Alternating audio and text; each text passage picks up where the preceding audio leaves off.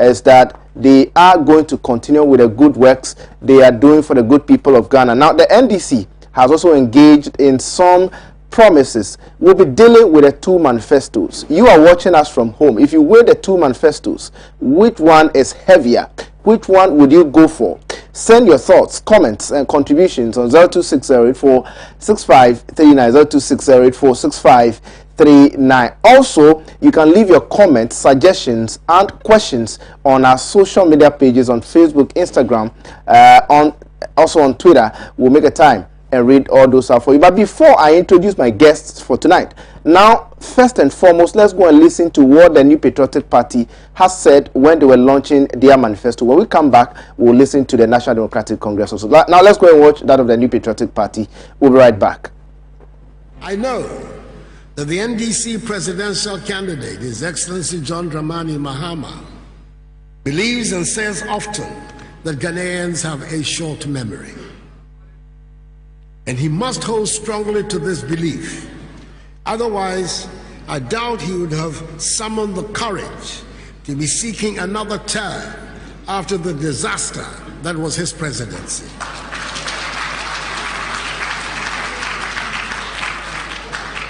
Ghanaians might have short memories, but not short enough for us to have forgotten the broken down freezers, irons, and other household equipment thanks to the 5 years of Dumso. Our memories are not short enough to forget that the economy under him was such a wreck that there was a ban placed on all recruitment into our public services. Our memories are not short enough to forget that teachers taught for 3 years and were only paid for 3 months. Our memories are certainly not short enough to forget that he brought our entire financial services system to near collapse. I've heard him make the extraordinary claim that Ghana's economy was in, quote, tatters, not because of the COVID-19 pandemic, but because of mismanagement. I doubt that he can recognize a well-managed economy, even if it slapped him in the face.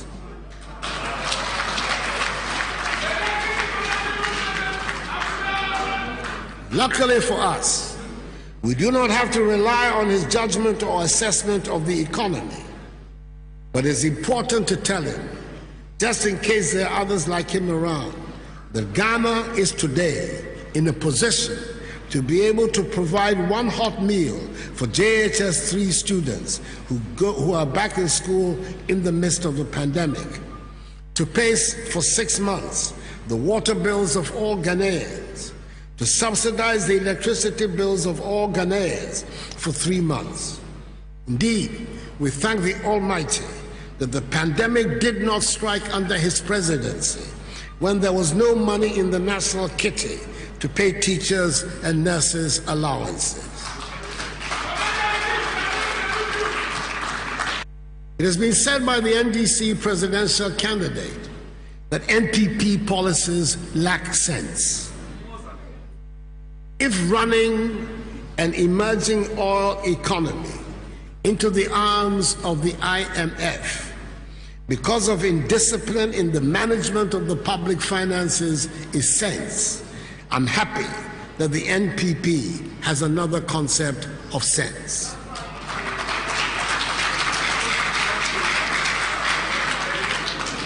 If having sense means canceling teacher, trainee, and nurses' allowances is sense, I'm happy that the NPP has another concept of sense. If having sense means recording the worst economic management statistics of modern times with the lowest rate of growth of the last 30 years, I'm happy the NPP has another concept of sense. Having sense in the NPP means being able to take an economy growing at 3.4% to an economy that grew, on the average, for 3 successive years, at least 7% per year before the pandemic, and was rightly acknowledged as one of the best performing economies, not just in Africa, but also in the world. Having sense in the NPP means executing the program for planting for food and jobs, which has led to the revival of Ghanaian agriculture from the doldrums of the NDC years, bringing in its wake bumper harvests and affordable food prices in our markets and exports of significant quantities of foodstuffs to our neighbors. Having sense in the NPP means implementing policies which, according to the latest Ghana Living Standards Survey, has resulted in a decline in unemployment rates from 11.9% in 2015 to 7.3% in 2019. I am happy with and prefer the NPP's sense. All right, that was the President, Nana Addo Dankwa Akufo-Addo, during the launch of the New Patriotic Party's manifesto for 2020. But yesterday, the National Democratic Congress also launched its manifesto. The running mate of the party, Professor Jenana Opoku-Agyeman, and the leader of the party, former President John Dramani Mahama, spoke. Let's go and listen to them. We'll be right back. Banning the importation of salvage vehicles and the proposed imposition of a 35% import duty rate. We are going to scrap it, and in order that salvage vehicles are not banned, and the top duty rate that government proposes to impose on these vehicles does not happen. This is to save the local automotive industry, so that our people in Swami Magazine, Konkompe, will reverse the decoupling of VAT 12.5%, NHIL 2.5%, Get Fund 2.5%, which has brought untold hardship onto Ghanaian businesses and households. We will introduce a rural investor incentive package to create meaningful employment opportunities for the youth, especially in rural areas, and investors in rural communities. Under this program, they will be exempted from dividend and capital gains tax.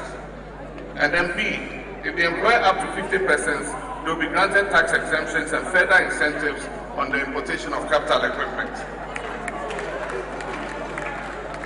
We'll provide special tax incentives for indigenous value chain industries such as mineral processing, petroleum-based industries, agro-based, pulp and paper industries in order to unlock sustainable job opportunities. Among others, we'll review the Rent Act to provide tax incentives to landlords and real estate investors to reduce the cost of rent advances for residential and commercial purposes. Welcome back. That was the former President John Dramani Mahama, who is the flag bearer and leader of the National Democratic Congress. You just listened to him. Yesterday he spoke at the 2020 manifesto launch of his party. There were several promises made by the National Democratic Congress. Amongst those promises are legalization and regulation of Okada business, opening of the legal system or expansion of the legal system. They also promised that they are going to slash the fees of people who will be going to the university by 50%. And so government is going to absorb 50% of the fees of university students or persons who will be going to university in 2021 if given the nod. They also promised several other things, including the ban that was placed on salvage vehicles. The former president says if he's given a nod, he's going to make sure that that thing is scrapped off for persons who are doing businesses in that regard, to also have the relief to be able to do their businesses. A lot of things have been promised. They talked about the fact that maternity leave for women is going to be extended from 3 months to 4 months, and there's going to be a paternity leave for 7 days.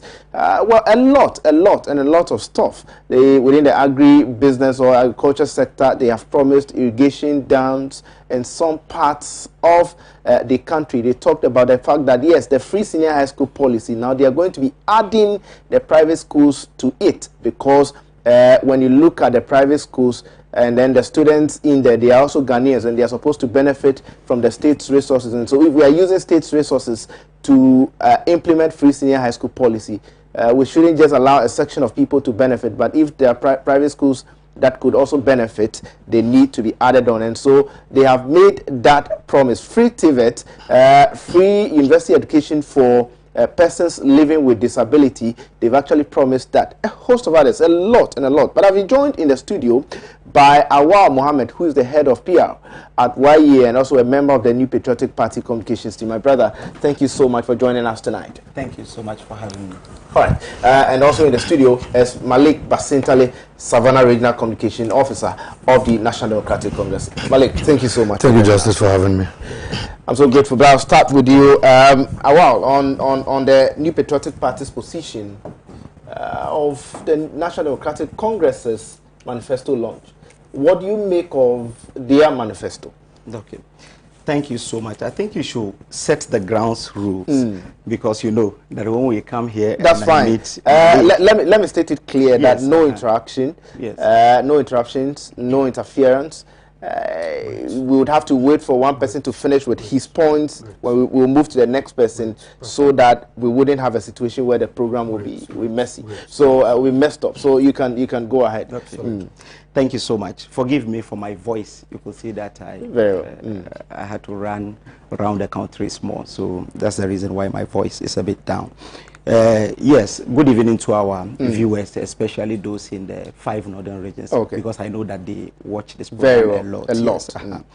So the NDC launched their manifesto, and they called it the People's Manifesto. The People's Manifesto. Yes, that's what they. That's the title of the manifesto. Because they said they've solicited, views from the general public.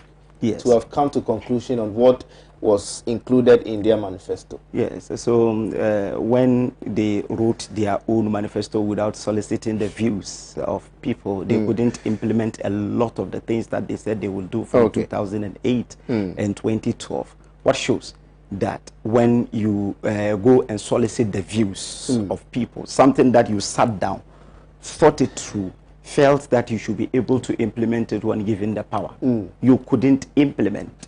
Now, what shows that when you go and ask people to tell you what they feel they will want you to do, what shows that you'll be competent enough to do that. But I think that it's a constitutional requirement. Before you contest for any elections, you should be able to submit the social contract between you and the people of this country. So I am not surprised that they have launched their manifesto. The only surprise bit is that when they started writing this manifesto, it took them more than 1 year to write this manifesto.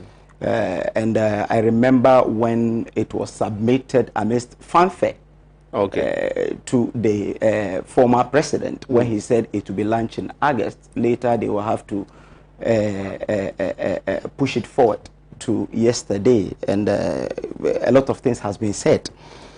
That said, I believe that this election is a unique election. It's very unique, especially in this Fourth Republic. You are having a certain president being contested by a former president, the immediate past president, and the immediate past president has spent 4 years, and the sitting president is also inching towards his 4 years, let's say 4 years. Okay. So now the elections is about track record and credibility of these two people, because now you've worked for 4 years and Ghanaians have seen, even though yesterday when I watched the program and Felix was asked, when he said we've done a lot of infrastructure and so on. Felix, when he said a Tuabo gas and the host, that was on Asempa, I watched it on Facebook Live, when he said that project is Atamels's project, not Mahama. Felix said, why will you divorce Atamels from divorce Mahama from? I was just about to ask that, because Mahama was a yes, I understand that. So if you will want to do an in-depth analysis of the performance, if you add all these projects, then we do 8 years against 4 years.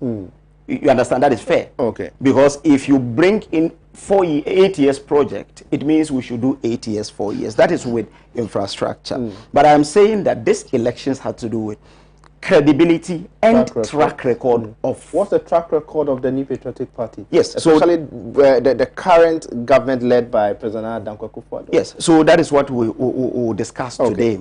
That if you look at the track record of these two personalities, you look at the economic, because if you check, almost all the political parties will start their manifesto, the preamble or the first part of the manifesto will be how to build a resilient economy. Okay. So Ghanaians will have to choose between someone who inherited an oil-rich economy of GDP growth of 14% and ran it down in 2 years, had to run to the people of this country and tell them that I am clueless about how I will manage the economy, to the extent that you have to take people like Ekwiadonko to Senchi for them to tell you that go to IMF for a bailout, and you run the economy aground to 3.4% worse in 2 decades, compared to a government that came in and said we are building a resilient economy, and for 2 years running, an average of 6% from the 3.4% he left. So Ghanaians will think and look at the two people and find out who indeed is the best manager of the economy. Okay. When you, you have a candidate who took an inflation, a single-digit inflation, and moved it to about 15.5%. And you have another government which is able to have an inflation which was around single-digit inflation for some time. You will have to compare and see who is the best manager of the economy. Again, we'll look at the track record of what we had done, is especially in terms of infrastructure. Infrastructure is very key. We line up 18,000 infrastructure projects across the country. Unfortunately, after putting it on the tracker, it took NDC 1 week. It took Sami Jamfi 1 week to scrutinize and was able to come out with only 26 projects. He told the people of this country, we have presented 26. We have a lot of them in hundreds. Up to now, they are not able to prove even one. Even the 26, we sat here to even deliberate. You could see that some were even ongoing because they were misinformed. Even granted that the 26 out of 18,000, 26 out of 18,000 is the only project that you think that these are not ongoing or cannot be found, when we were even able to prove that they can be found. It means it is even 0.000 something percent of the project that we had done. And we challenge the NDC that come out with your superior infrastructure project that you had said. Okay. Because if you check the Green Book, what is in the Green Book is not even up to 500 projects. We know that you had done a lot of projects. Come out and track it and tell us. Then we do a comparative analysis of the infrastructure that we have done. So Ghanaians will look at someone who is able to tell you that I had done 18,000 and these are the pictures, these are the GPS address, these are the projects that I had done. GPS address? Yes, when you check where this project. Yes, when you click on the picture, it will send you to the GPS address. Yes, we provide a GPS address to the project. So Ghanaians will look at the 18,000 vis-a-vis what we have. This is the Green Book, which has project less than 1,000 in it. Come out, tell the people of this country that we were able to do 1, 2, 3, 4. Just tabulate it and push it, not the signature projects that you have put on the Green Book. So that is one. Again, Ghanaians will look at the credibility of the men and what they are saying in terms of free senior high school, which is also part of this conversation. Okay. Because Ghanaians will look at someone who from 2007 for 9 consecutive years bastardized it, sponsored close to 100 adverts, to the extent that I remember the Agric minister then Fifi Kwete, one of the worst agri ministers Ghana ever had, because he's the only person who recorded 0.04% agri growth. He came on their platform and said, when you hear Akufo-Addo say free SHS, you know that all lie be lie. They did all these things, bastardized it to the extent that when the education minister, when they lined up what we're going to do with the free senior high school and said, we'll give free admissions, free uniform, food morning, afternoon, evening, and day student will say, this is a phantom promise, and it cannot happen in this country unless we wait in the next 20 years. The late Lee Okran said this. You have someone who bastardized it, chastised it, and said it was not good. Not only bastardized it, but sponsored advert against it. As someone who consistently from 2007 said, when I come, I will implement free senior high school, free senior high school. And today, just 3 days ago, on the 5th of this month, the first batch of the free senior high school had graduated. So we'll look at both of them and see who is the better manager of the free senior high school. The person who said it cannot be possible is now telling us that when I come, I'll be able to manage it better. So the people of this country will look at who is more credible in terms of telling the people what really he will be able to do. Because when you tell them what you'll be able to do, your track record should be able to tell us what you should be able to do. Somebody who couldn't give chalk, common chalk, you couldn't give to teachers. Somebody who came in, and if you employ teachers for 2 years and nurses for 2 years, that person, that teacher will only be paid 3 months, and the rest they will tell you that they will have to validate before they pay you. And they don't pay, and we came in to clear. Teachers will know those who came and cleared all these things. So these are the things that Ghanaians will look at. Ghanaians will also look at the credibility of the candidate. President Akufo-Addo has always been saying that he is not corrupt and is incorruptible. And there is no single scam or there is no single debt that you can push to President Akufo-Addo in his personal capacity. He has been a legislator for 12 years. He has been a minister for 7 years. He has been president for the 3.5 years. Ghanaians will look at that personality and check the person who took bribe from Kanazwe and gave him contract, the Ford expedition bribe. Ghanaians will look at both candidates and tell you that which one is more credible.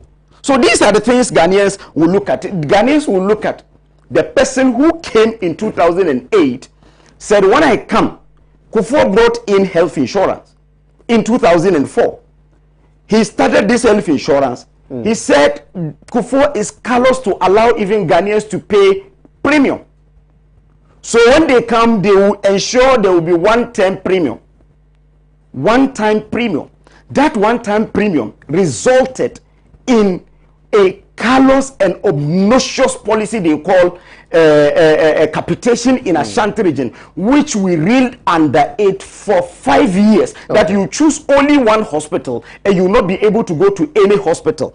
That the management under that person, day in, day out, you see hospitals closing down, saying that they will not take health insurance cuts because government is not able to pay its obligations of paying claims. Compared to 3.5 years of the Akufo-Addo administration, where there is no single hospital that told the people of this country, will not take health insurance. We cleared all these debts and we strengthened that health insurance to the extent that today health insurance is very buoyant. Again, you look at the primary health care that the person is telling you you'll be able to do. The president who came in, and there was free maternal care for women, because we knew that maternal mortality was on the highest level in this country at a point in time, because a lot of them couldn't even go for antenatal. President Kufuor brought this. You came in and removed the free maternal care for pregnant women. And you are telling us that now you will be able to come back and do free primary health care, when you know that the primary, secondary, even tertiary health care, health insurance has covered it.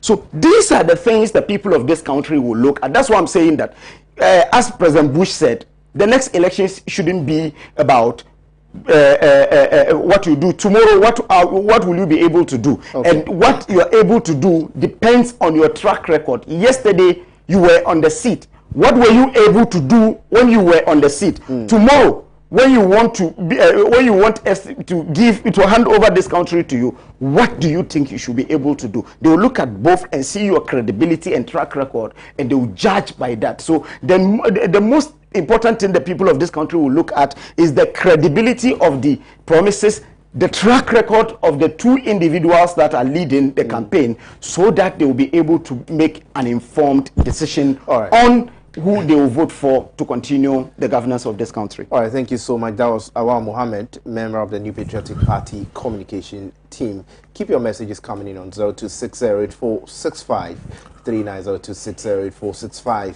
0260846539. Now let me move to Malik and take his submission. Malik. Justice, good evening to your viewers. Good evening. Yeah. And good evening to yourself. Very well. And my brother. I think that I can appreciate the fumble for my brother Awal. I know this is not his usual composure. Okay. But it is a difficult thing to do on this platform. But what I expected to have heard from him was that you promised to do this. We also promised to do this. Ours is better than what you promised to do. In fact, that is what I wanted to hear on this panel, so that we can reduce our argument to a policy-based discussion. Okay. Other than President Mahama took Ford, and President Mahama did Airbus, and President Mahama, I mean... But he talked about credibility and track record. Yeah, so these things he spoke about before the 2016 election, let us agree that for the purpose of this argument that they were true. That is why we lost the 2016 election, right? Okay. Ghanaians judged the NDC based on all those things, right? And then they also judge the NPP based on the promises you say you're going to do. Okay. And so this is a new election. Why do you want us to, President Mahama did this? I mean, it is not a subject matter here, but I can appreciate that he fumbled. Now, Justice, my brother, I took notice, and I think other stakeholders like A+ and what have you had also taken notice of what happened. Okay. Our manifesto launch. In fact, let me begin from the NPP. In their own manifesto launch, a man they sought to project, President Akufo-Addo's name, was mentioned 115 times. President Mahama, the opposition leader, who wasn't part of their deba, who wasn't part of their manifesto launch, who hasn't been part of their principles and policies, his name was mentioned 1,673 times before the end of their manifesto. Are you able to count? I mean, we counted. He can dispute that. At our lunch, I'm surprised you didn't hear Mahama at their lunch. At our manifesto lunch, okay, because we sought to project President Mahama's name was mentioned 1,700 times. President Akufo-Addo's name was not mentioned a single time throughout our debate. So you had the time to calculate. We calculated everything. It was in effect. And that should tell you the kind of manifesto launch we went and the kind of social contract we wanted to go into with the people of this country. Because I have said that the repetition of President Akufo-Addo's name at our manifesto launch meant that you are only repeating the name of a monumental failure. Because President Akufo-Addo himself has been described as a failure. So mentioning his name to the Ghanaian people again means that you are mentioning failure in another context and does not inspire the people of this country or bring hope to them. Now, Awal has said so many things. In fact, this is a post from Awal. He, after condemning our manifesto right here, he said just this evening, I think this afternoon, that we can steal our manifesto ideas, their manifesto ideas, but we cannot steal their performance. Seeking to say that, did you steal their manifesto? I beg your pardon, let me explain something. Seeking to say that whatever was kept in our manifesto was stolen from their manifesto. But he sat here again and was condemning what was written in our manifesto. So how can we steal your manifesto promises? Then you sit here again and you condemn the same manifesto promises. Indeed, it simply means that what was kept in your manifesto promise, indeed if we stole, it meant what was kept in your manifesto were also bogus policies. It is simple. We had a bottom-up approach. Why? Because the Constitution of the Republic he's not said that. of Ghana. He's never said that your policies are bogus. Did he say that? He rubbished a lot of them here. He rubbished them. You heard him. Now, our manifesto was a bottomed-up approach. Justice. And it is in line with the constitutional requirements of this country. In fact, when you take the 1992 Constitution, after saying that in the name of God Almighty, it kept the power of this country in the hands of the Ghanaian people. And it explained that at every given time, the power of this country vested in their hands. We didn't sit in Accra to write our manifesto. Okay. Because indeed, all the challenges in this country cannot be found in Accra. You go to Zebela, you go to Binduri, you go to Sola, you go to Damango, and the people there have peculiar challenges and different ones. President Mahama commenced a speak out tour where he visited various regions and listened to what the people had to tell him. In fact, I represented and led the charge together with some other regional executives in my region. Okay. We met the traders associations, we met the hairdressers associations, the butcher fraternity, scrap dealers, Okada riders, yellow riders, what have you. And then they felt and spelled out their grievances to be channeled to President Mahama. In some instances, he met them by himself. There was this thing that Awal sought to say, that we postponed even our manifesto. In 2016, your manifesto was postponed. And in fact, in 2016, the venue to your manifesto was even changed from Tamale to Accra. And so postponement of a manifesto isn't a new thing. I just wanted to clarify, set the record straight on that point. Now, when we met the people of this country, they said whatever they wanted to do. What were some of the things? The Okada Riders Association said that their work had gradually become virtually legal, even though illegal. Why do I say so?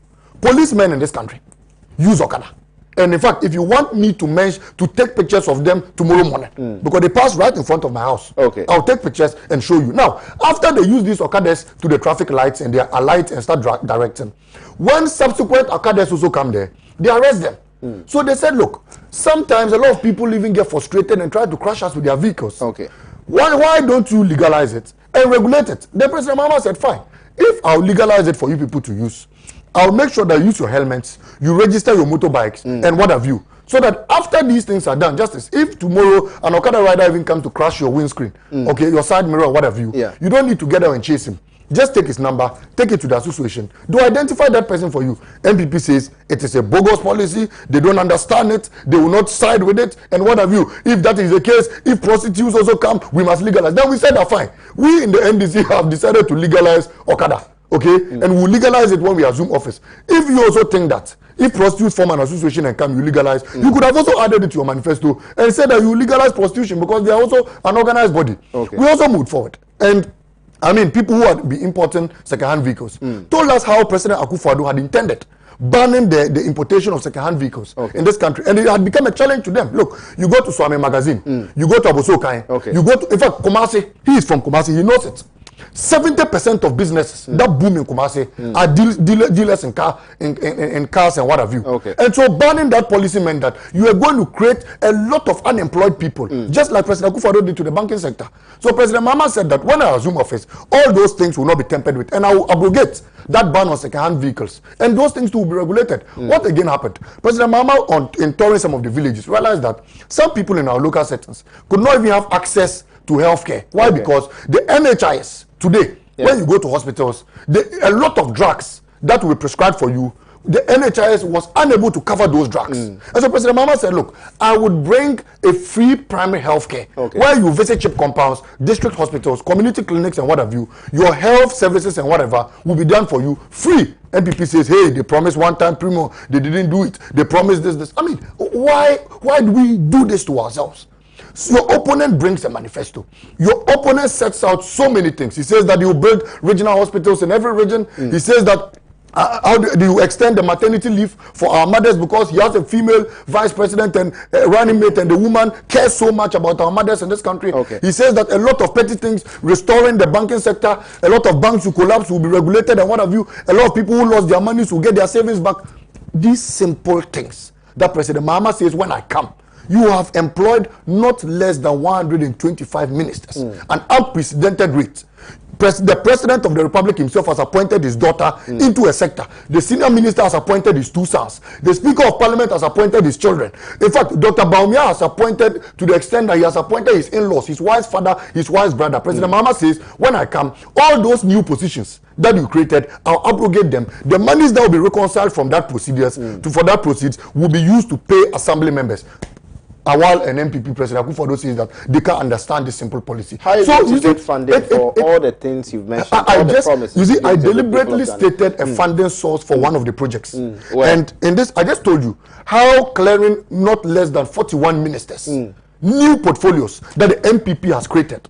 In fact, Osafo Mafo's son, who is a deputy CEO at Senate. That position had never existed. Okay. For the first time, the senior minister created a position and kept his stand. President Mahama winning the election means that automatically Osafo Mafo's son will vacate the position. His salaries, his allowances, and what have you will be used to pay assembly members in my region.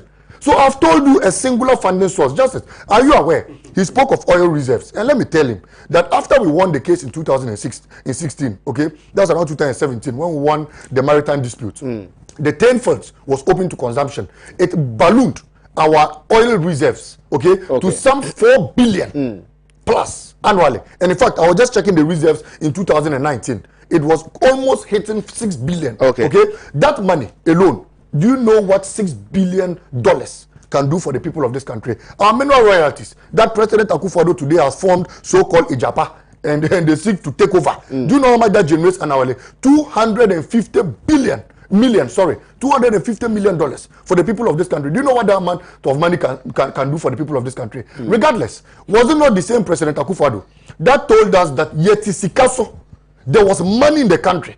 There was money. Was it Sikane Tanwurem Eta? He said there was money everywhere. Indeed, I'm telling them today that Sika, that President Akufo-Addo told us was in existence in this country. That not less than 360 billion that has been utilized for chop under President Akufo-Addo. That money that had been swindled per the Treasury report under corruption, not less than 13 billion in this country, will be safeguarded, and many of it used to implement some of these things President Mahama said he was going to do for the people in this country. One of the funding sources that you've talked about, that you are going to cut the number of appointees to be able to use that money to pay assembly members. In the NDC's estimation, how many assembly members do we have? How much money are you going to make from that source? And how is that going to be able to take care of the number of assembly members you're going to be paying? In this country, we have 9,079 assembly members from various electoral areas in the country, in Ghana as it stands today. Cutting down on 41 ministers and 968 presidential staffers will amount to 505 million. How much are you going to pay each assembly member? 505 million, Ghana cedis annually.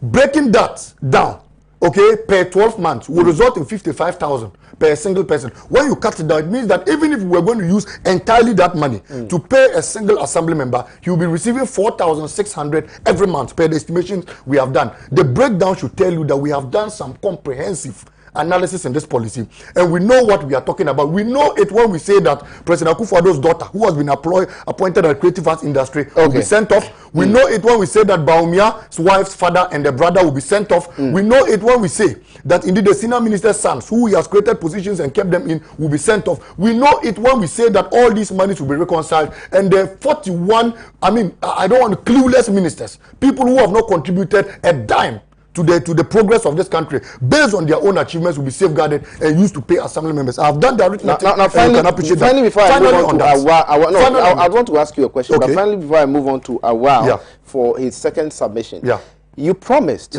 to make health insurance one-time premium. Do you recall that? I recall. You were unable to do that. Were you able to do that? Let me bring finality. Today, you are asking Ghanaians to vote for you because you would want to, bring out a policy that would give free healthcare to the good people of Ghana. You are unable to, implement the one-time premium for health insurance. How do you expect Ghanaians to believe that this time around you'll be able to implement the free healthcare policy you're talking about? In analyzing the one-time premium, when the arithmetics and whatever was done and sent to the Ghanaian people for analysis. And you see, that brings us to a point where this particular point in time, we went to the Ghanaian people to tell us what they wanted. When the arithmetics were done, and the reconciliations were done, and the documentation was sent to the Ghanaian people to tell them how much they were going to pay for that one-time premium. The NDC government realized that those monies were so much. They were huge. And so pushing that burden to the Ghanaian people was going to be, so much for them to bear. And so what were we supposed to do? Let us take up that cost. Let us spread it over a regulated period in time and make sure that they go through it. In any case, Justice, if my brother wants to speak about things that we said we were going to do, they promised them a cassava processing factory in their manifesto. Today, what has been done about that promise? They promised Bole a shea nut factory. What has been said about that promise? They promised the people of Ghana 360 new senior high schools in this country. What has been said about that promise? They promised to build a new harbour at Jamestown. What happened to that promise? In fact, they told the people of Ghana that they were going to clear and make sanitation programs in Greater Accra region and whatever.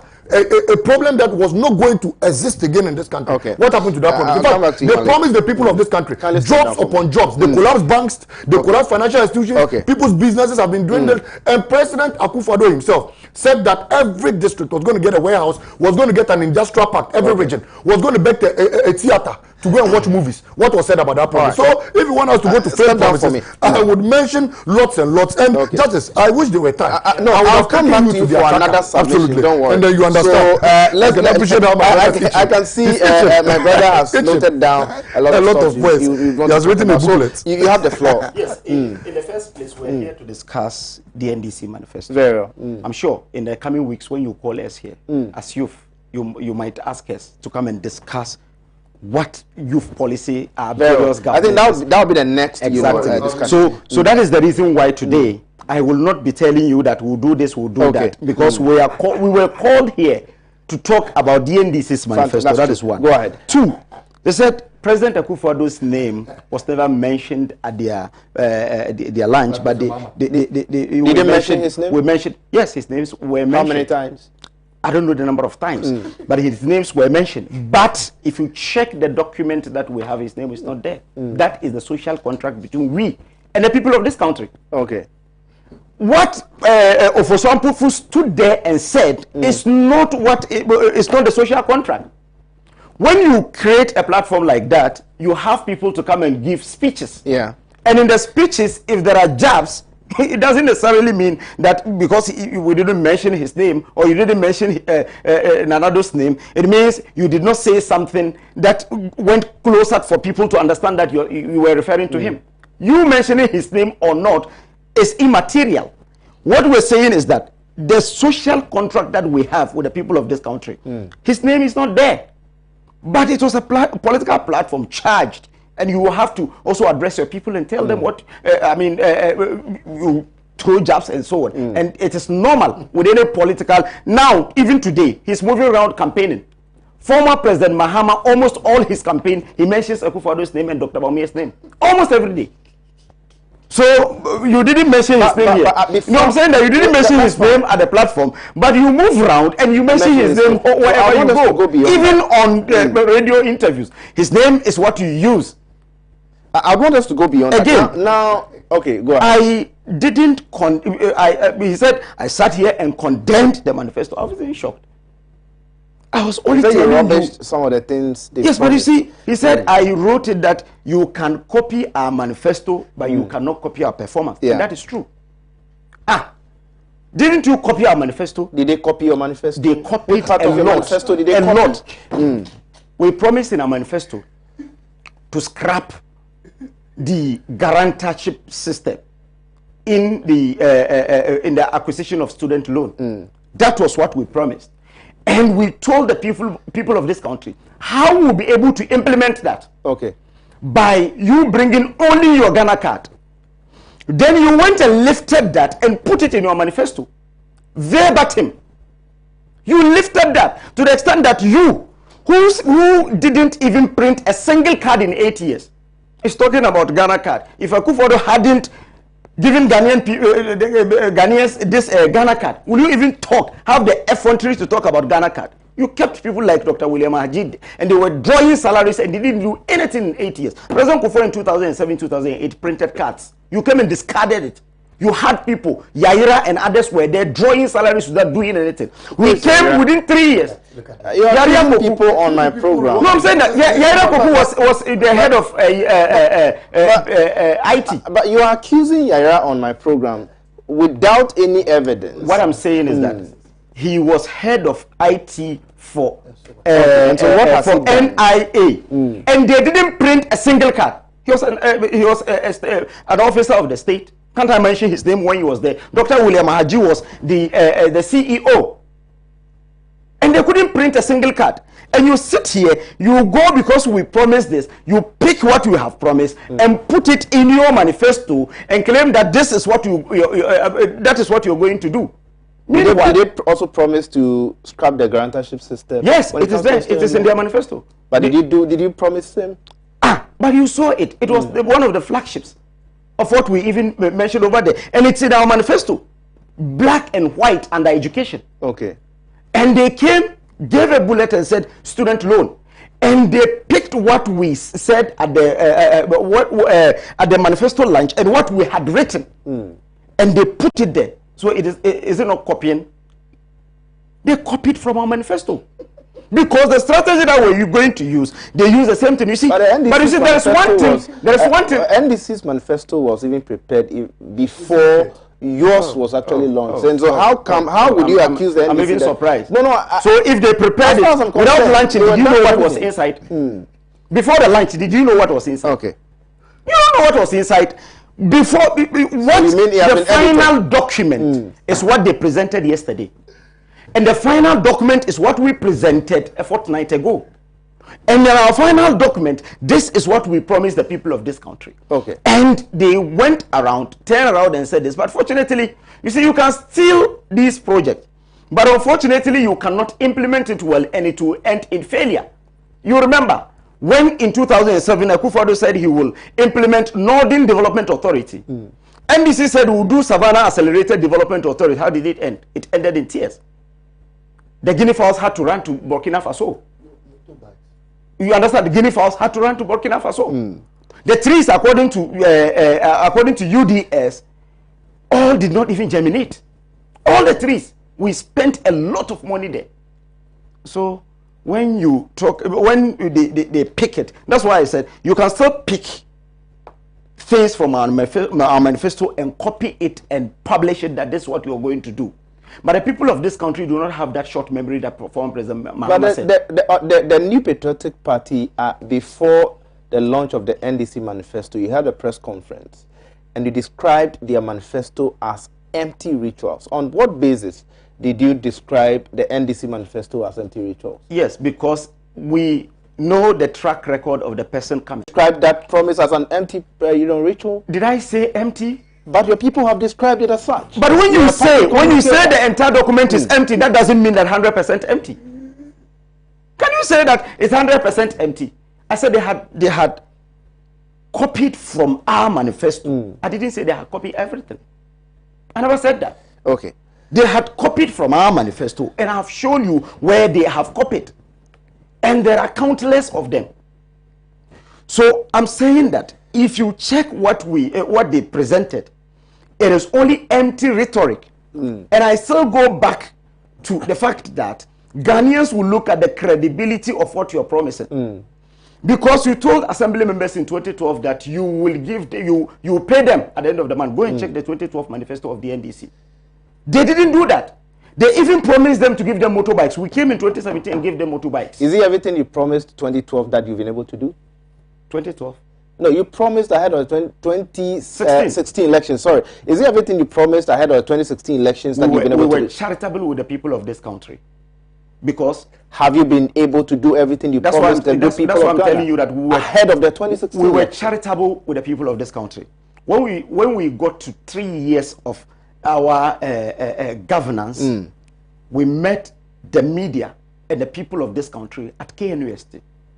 We pointed out things that we had done and things that are ongoing and things that we couldn't even touch at all. But you see, when you promise something that you didn't deliver, you were given 8 years, you didn't deliver, and you come back to promise the same people the same thing, that is how disingenuous you are. Okay. There is a difference between ours and theirs. We said that we will construct one hospital, a police hospital in Sunyani. We told the people of this country we couldn't do that, it's ongoing.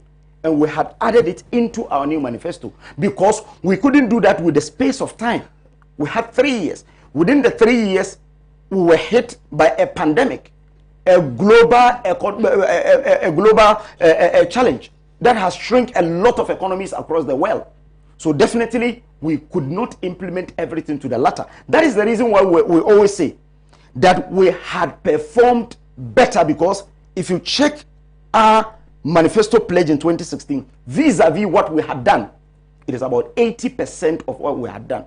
We're not saying we're 100%, but I'm saying that if you tell assemblyman in 2012 that when you vote for me, I will pay you allowances. And in 2012, you had the chance to convert this country for 4 years. And you did not implement that. And tomorrow you come back to tell them that I will still pay you with this amount of money. You are deceiving them. Okay. Again, he talked about Jamestown. He said we promised the people of Jamestown will construct a harbour. You are a testimony to this. It is ongoing. The Jamestown harbour is ongoing. Okay. And even you are the MP who is now the spokesperson on youth and sports for your party, Neil Vanderpool, attested to the fact and even went there and saw them working. Okay. So the Jamestown harbour is ongoing. Again, he said the one-time premium that they went. When did you go to the people of this country and told them that you were paying this? The person you took who did this analysis and said it was not possible was Chris Atim. Okay. And today, if you check, those who pay premium are not even up to 30% of the entire population. 30% of the 10 million people who are on health insurance. And how much will you pay? The premium for health insurance within 1 year is not even up to 5% of the amount of money they pay to as claims. All right. So it is a peanut, but you couldn't do that. All right, thank you so much, Awal. That was Awal Mohammed. He's on fire, yes, of course, today. This is called Fire for Fire. Yes. Now, let me come to you, Malik. Malik, Honorable Kojo Ponkrumah, who is the Information Minister, has said that former President John Dramani Mahama cannot be trusted with the kind of promises he's giving to the good people of Ghana. What's your reaction to that? But before we come to your reaction to that, you have promised Ghanaians that you add private senior high schools to the free senior high school policy.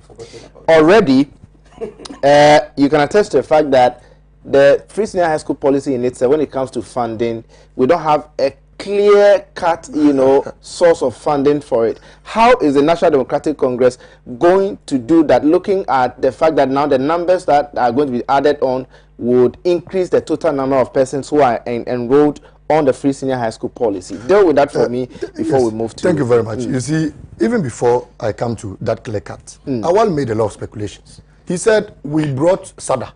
And I'll just quickly do that. He said, we brought SADA. And what happened to SADA? Guinea fowls flew to Burkina or did they not fly? Let us admit on this panel that guinea fowls even flew to the United States. At least they had wings and they were guinea fowls to fly. You changed it to NDP or whatever. Okay. And motorcycles, yellow, motorcycles, tricycles, developed wings like the guinea fowl. And flew. They also flew. And flew to Burkina Faso. To Burkina Faso. Oh, so if indeed, if Guinea fowls, and I'm saying that let's admit that Guinea fowls, I beg your pardon, you had your time. You said we shouldn't interject. If Guinea fowls, justice, if Guinea fowls flew to Burkina, let's admit, okay? Let's put aside what's the name the Joy FM reporter Manasseh's argument that he apologized and never even said they flew. Let's put that aside and admit that they flew to even Senegal. Your tricycles, okay, that was kept at NDP. Today, as a result of that, a deputy CEO of NDP was fired by President Akufo-Addo, saying that Okada tricycles that were bought in to help the people of the northern parts of this country had vanished. And they could not account for them until today. But the fact that they vanished doesn't mean that the fact that Guinea fowls, Guinea fowls flew, indeed. The fact that they vanished. They have analysis. So I'm saying that the Okada developed wings under their government to also fly to Cote d'Ivoire. And until today, we cannot find it. And it is gone missing under them. And you come here and have the guts to talk about SADA NDP. Don't even go there. Somebody has been fired. Now, he also said that we had that the Okada business should mention one person in his party who was spoken. Colin Samankwa. Today, just on UTV, he said that President Mahama even legalizing Okada means that President Mahama is capable of legalizing armed robbery. It is here on UTV this morning. An NPP MP tallying Okada to armed robbery. And I simply do not know how the NPP thinks. And you know why my brother was struggling to condemn it? Because he comes from an area where a lot of people do Okada business. And he knows that challenging it on this panel will mean that he cannot go home again. Because they will face him and he will have to respond to it. He knows it and I know it. That is why he was careful not to do what the NPP is insulting and bastardizing them. Now, again, he said they had accomplished a lot of their promises they wanted to do. And Jamestown, you promised cater ports, including appointing a CEO at Keta Port today, just when you go there, it's just a signboard. Nothing has been done. Indeed, let's even say that. It says it's ongoing. Let's say it's ongoing. Ongoing could have meant that they've acquired the land. They've started with the processes and all of that to start that. He sat here again and apologized that a lot of the things they were doing, that because of COVID, that is why they were unable to meet their targets. That COVID came this year, and so because of COVID, they couldn't complete it. The people of this country gave you a 4-year mandate. Okay. You told them you were going to build it within 4 years. What happened? Okay. Today you are apologizing on this panel. I just told you, they said they were giving every region a theater. They were giving every region a new industrial park. They were giving so many promises, but nothing came out of it. Today, he is speaking about people copying manifestos and that what have you. President Mahama said he was going to build new hospitals in the new regions, right? Okay. Every region was to get a hospital. Indeed, when they came, Justice, I think the interjections are. My brother, I think you have to allow him. You have to allow him. You said the rules to allow him. Go ahead. Go ahead, my brother. Go ahead. Go ahead. He was going to build new hospitals in all the new 6 regions. You people quickly captured it in your manifesto. Does that result to copying a manifesto? I mean, let us move away from this juvenile thinking of saying that somebody has copied this. In fact, I would be glad that one day in this country, all political parties will even have one manifesto, so that we know that this is the vision of the country. And so I'm not scared. Even if NPP copies our manifesto, I'll be glad. If NPP says today we will legalize Okada, I'll be glad, because it is in the interest of the people of this country. Now deal with the questions I asked you, because our time is up. Yeah. Said that you cannot trust President Mahama, and that because in the promises he had done. Justice, you cannot trust a man who built Terminal 3. You cannot trust a man who revamped the Rich Hospital, built the Bank of Ghana Hospital, the University of Ghana Medical Center, revamped the Tamale Hospital, revamped the Bolgatanga Hospital. You can't trust such a person.